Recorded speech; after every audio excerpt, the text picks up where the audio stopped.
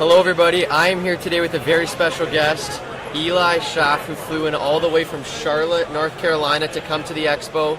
Sure, I gotta press start recording as well. There we go. Awesome. So yeah, I flew all the way in from the US. So the first question is, as an American vendor that hits up most of the large shows like the National and other stuff, what attracts you to come to the expo? Well, first of all, I've been coming to the expo for almost 20 years. Okay. The expo today is way more diverse with product than it was 20 years ago. Yeah. So there's a mix of everything. There's a misconception that this is primarily a hockey show. Yeah. But there's, as you'll see later, there's tons of stuff you could pick up. High-end basketball, mid, low-end, vintage. I try to target, coming up and picking up a lot of vintage here. Surprisingly, there's a lot of baseball vintage. It's an easy show to trade in, right? So the diversity of product now it's attracting more and more folks, right? And that's always attracted me over the years. But it's a nice mix of product. Yeah, and I think that's good too. As this show continues to grow and more people from the U.S. come in, because I know even with like the social media influencers that are here, a lot of them have told me that they thought it was just a hockey show, and like you said, it used to be a hockey show, but it is so much different now in terms of the amount of other sports. So I'm glad that you think that way as well. So the next question is, in your opinion, what are, like, you might have already answered, but what are the main drawbacks on why American vendors or Americans in general for not coming to the expo? Like, why do you think some of them don't come? First one was the misconception, right? It's only a hockey show. I think it depends to the folks that come up here. It's, do you know anybody in Canada?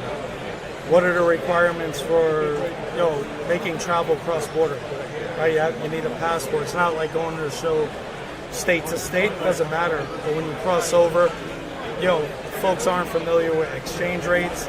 I think the more and more you do your homework before you come up here, the better off you'll be, right? I think folks usually, they don't like to travel alone entering a new country. Some people do, but coming to a card show might be different, especially when you're traveling with valuable products. Sure. Not being familiar with the area. But I think the more and more you come up here and you get the repetitions in or crossing the border, folks get more comfortable, they start spreading word of mouth, and it'll start drawing a lot more folks from the States up here. And obviously you said that you attend a lot of these U.S. shows, so what is the main thing other than, I guess there's still a lot of hockey here, but other than hockey, what are like the differences and similarities that you see between the U.S. big shows and the expo? I'll start with the similarities. Like I said, the diversity is there. The good thing about this show too, it's not just high end. There's a mix of product for everyone, right? You got folks that want to complete a set, buy a $2 card. There's a nice mix of value bins here. Differences, really, I'd say there's maybe a little more hockey. I mean, I don't think there's a big difference. There's a lot of similarities here. That's why you start seeing a lot more folks from the U.S. up here, right? It's increasing amount of traffic from the States up here, right? So if you were to speak to the Americans here that might be watching this, what would you say to them on why you chose to come to this expo and your experiences and why they should also come? It's a mix, right? So over the years, I've been fortunate to make a lot of friends. I've known Carlos at Sluggers for almost 22 years, right? So I had the opportunity to set up here. It's been a little crazy with work, so I missed a few shows, but I had the opportunity to come up here. Outside of that, making friends, nice diversity of food also. Yeah. A lot of different cultures up here, right, in this area, in GTA area. It's kind of like the center of gravity for Canada. For sure. Right? So, it's just great. A lot of folks that live up here, they come to the States too. I've had folks visit me in Charlotte, attend, smaller card shows with me in that area. So it's good. It's a great experience. It's networking too, for work as well, and just living the experience, right? So. And you said, how long have you been coming to this show for? 21 years.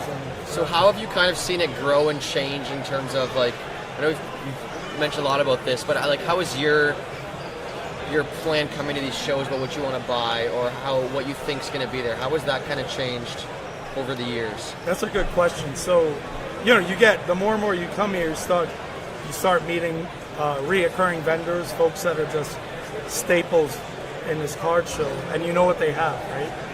And also you make connections too, like I'll contact folks ahead of time. Say, hey, you bringing any vintage? You got any? I was able to, give like a short little list of like, this is what I'm looking for. And then you get folks responding like, yeah, I have like a mid-grade Reggie Jackson rookie, right? Or something like that. So I was able to pick that up at this show, but like the more and more you come up here, the more and more you make relationships, network. The more you increase the flow of communication, folks up here, and you stay in contact, the better it is. You have like kind of a pregame. You know your budget, you know what you're looking for, and if they have it or not, you know exactly what to bring up here, which is good. And I think this hobby is definitely very like relationship based. Having those relationships can lead to massive success for people at these shows. Like you said, having a game plan. I think for these big shows, it can be intimidating for a lot of people that are new. Yep. You walk into this massive room with tens of thousands of people and you're like, oh my goodness, where am I going to start? And I think it's the great thing having connections is you know that there's cards. Let's say everybody obviously has a different budget with what they want to spend. Not everybody wants to buy the $10,000 cards. So I think these shows and having those connections can allow people from all different spaces to come here and buy at different price points and just be comfortable and just enjoy the hobby and just all get along. You know what I mean? Yeah, it is too. And folks, transparently, the exchange rate is amazing. Yeah. Right. So when you talk about influx and increasing the footprint from folks coming from the U.S., the exchange rate makes a difference too, right? It's a lot more favorable. I've been to these shows where it was even at par. Yeah. Right. So it's ebb and flows, right? So you get a benefit up north. We get a benefit now, but right now it's a huge benefit for folks at U.S. currency. I come up with a mix depending on what I have and what I go home with. But that's one of the drivers of coming to the show too. For sure. And Eli did bring some amazing cards today, so we're going to show you guys some of the cards. So why don't you start off with the baseball, and while you're saying it, kind of run us through why you picked up these cards and how your game plan is over these shows like we said before. And just go one by one or show the ones and tell people why you maybe love the player, why you wanted that card. Yeah, so when you look at it, I like collecting key rookies, just two, right? It's some of them I collect and some of them I might, it's like a chess game, right? I might be making a future deal or I might be picking it up with somebody. Most of these are for my collection, right? So you think about it, like Reggie Jackson, I'm originally from Queens, New York, Yankee fan. This is Mr. October, right? Yeah, for sure. So this is his rookie, had a lot of success, great career, 500 plus home runs. So it's a great rookie to have. George Brett, another key rookie, 1975 set. The big cards are like Brett, Robin Yount. Yeah. So pretty much before you go to the next card, your game plan is buying those GOATs, those Hall of Famers. So you're not really a prospecting guy. You're more of the solidified guys. Yeah. So like the Bowman Chrome stuff, a lot of up here. And there's a nice population of Bowman Chrome cards in the show. Right? Yeah. It's tough if you have the time to keep up. It depends on what your flavor is, what you like. When you got Hall of Famers and you're collecting them, they're already established, right? The stats are already there, the rings are already there, so they're easier to collect for me. The prospects, right? You're one of those prospects pop. You could be really profitable. You could have a big card on there. I like kind of like Steady Eddie. It's not a race. It's a marathon for me. So I like picking these up little by little. For sure. Over time. So. And keep running through the cards and tell them why. Johnny Bench, just key player, one of the best catchers in baseball, right? This is not a lot of folks like unlicensed product, but you're talking about 8-player autographs with Mario Lemieux, Yager, Sakic, Hull, Lindros, Fedorov. Like this is, for the price point, I think I picked this up for a few $100. Wow. Right, but it's leaf, but it depends on what your flavor is. Yeah, what you like. And before we move into these ones, so tell me a little bit about how this collecting journey started for you. Was as a kid? Did you watch these players? Like, how did you kind of start, and then when did you kind of fall in love with the hobby? Yeah, I was 8. My aunt, she collected. She was a big Yankee fan, so she would collect all famous Yankees, Ricky Henderson, Ron Guidry, Don Mattingly, and she bought me my first pack. I think it was 84 or 85 tops, and I actually pulled a Don Mattingly out of that pack. Really? So I was hooked for life, right? It's crazy how that one little moment, that one pack, Yeah. if you didn't pull him, you may not have ever been here. Yeah. That one pack changed Yeah. your whole perspective on it. Yeah, but talking here and then actually for that to happen out of one pack and pulling that player, it was just an impact. I started doing card shows at 11. Okay. So you had back in the days, you had not when I was 11, but the famous shows in New York were the White Plains show. People know it now. It was, back in the days, it was the Gloria Rothstein show. Okay. Right, so that was the big show in White Plains. It was where the Knicks would practice in Westchester County. And then little by little, you start attending more and more. There were shows in New York City, in Manhattan. There were shows in Pennsylvania. Now you look at it, it's all over the country. And, with social media, the word of mouth spread, and you get to preview a lot more. Folks posting on Instagram.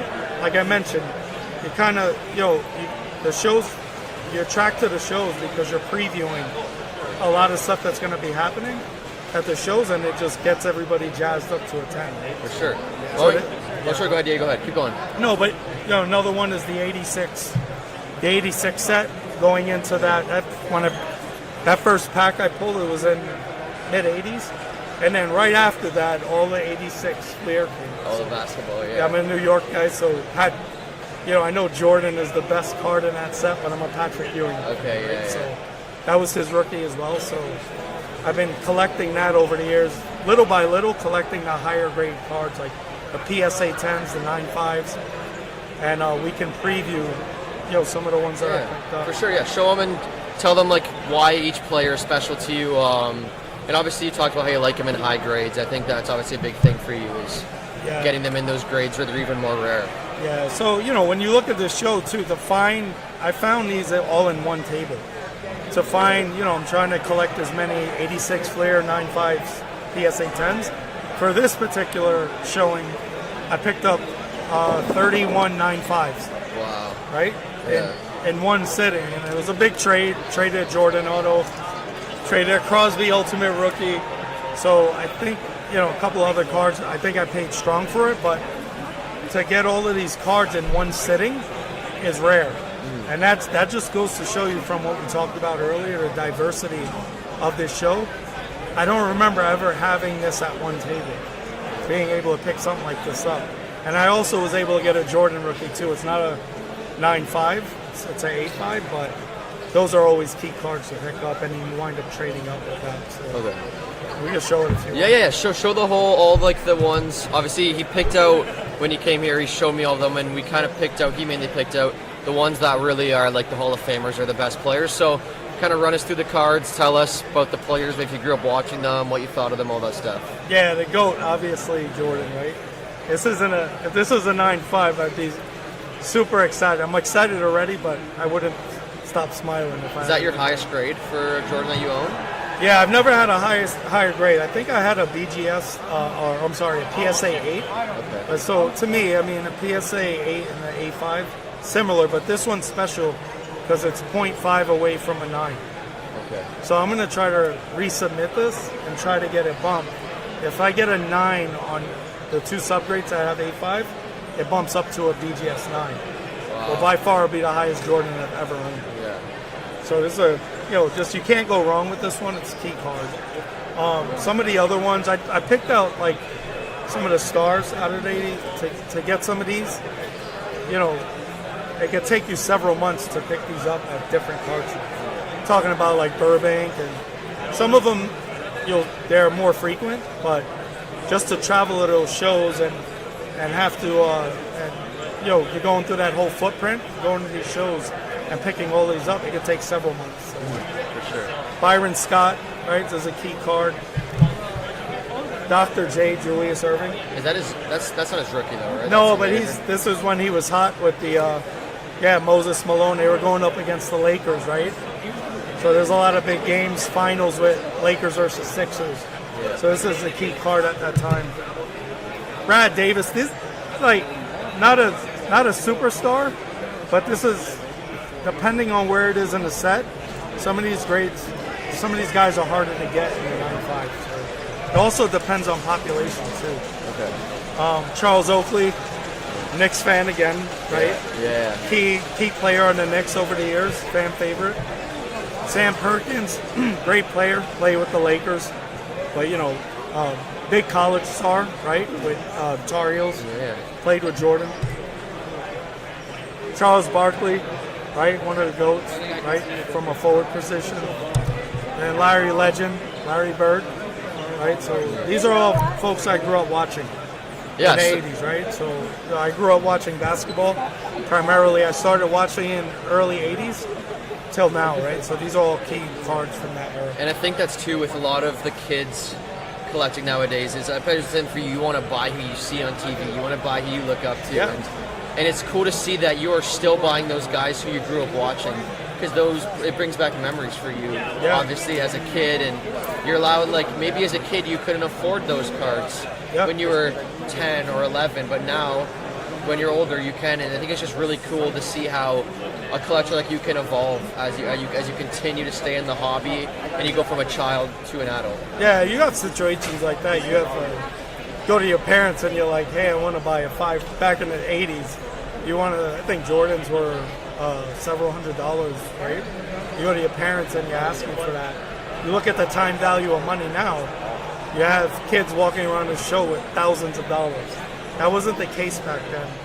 Even if you take the time value of money, it was like maybe a couple $100. Yeah. Back in the days, that was a lot. Yeah, that was it. So I think it's good, right? Because fast forward to 2024, that's how you keep different generations in the hobby. For sure. Right? And, my daughters attend the shows with me now. I'll be at the national setup to actually be helping me. My wife, too. It's good to have family around too. Yeah. And family that support your hobby. And for sure. My wife's been fully supportive. She knew what she was getting into when she met me. Yeah, for sure. So, but over the years, she's attended. She was at Culture Collision with me a few months ago, and she had a great time. It's a great feeling to have your family close to you when you're doing your shows too. So do you attend all the big shows all over North America? Yeah, not as much as I used to, but I try to hit the key ones. Burbank's a big one. I just announced the Fanatic show in the Javits. That'll give me the chance to go back to my hometown and attend that show. I think there's a lot of hype with that too, and I think it's going to live up to the expectations. I try to get to the frequent ones. Culture Collision's pretty big. That's a 3.5 hour drive for me from Charlotte. Yep. Right? So folks that don't know that demographic. And little shows too. I try to attend. I have a career too, right? So it's a lot of work that goes into that. So I try to have my work-life balance too. But the main shows. I mentioned a few national, obviously. To me, this is the Canadian version of the National, right? This, to me, is the second biggest show, right, from my experience, with the tables, vendors, the amount of product that's available, and the show is amazing. Yeah. So real quick before we wrap this up, where can people find you if they want to contact you about making a deal at a sports card show? So, do you have an Instagram? Do you have social media? Yeah, I'm on Instagram. It's New Rock Sports, all one word. You'll have a big picture of 1934 Yankees autographed baseball, so it's hard to miss. But I'm always open to deals, buying, selling, trading. I love trading, so I'm always open to offers. But if somebody wants to follow me, it's great. Even if you have questions about grading, the hobby, anything, I'm always open, especially for new collectors that are kind of new to the industry, and I always want to make sure I was that person years ago. So you got to take that into perspective. You want to make sure that you're available, asking questions or answering questions that are asked. Right? So, anyways, we really appreciate you, Eli, coming on. Obviously, you shared, and it really shows that you really love the hobby. I think you're definitely very passionate, and it's good that you mentioned how your family feels supportive. I think that's a very big thing. Having that support, especially for you traveling to all these shows and being so successful. So we really do appreciate you coming on here, and yeah, I hope you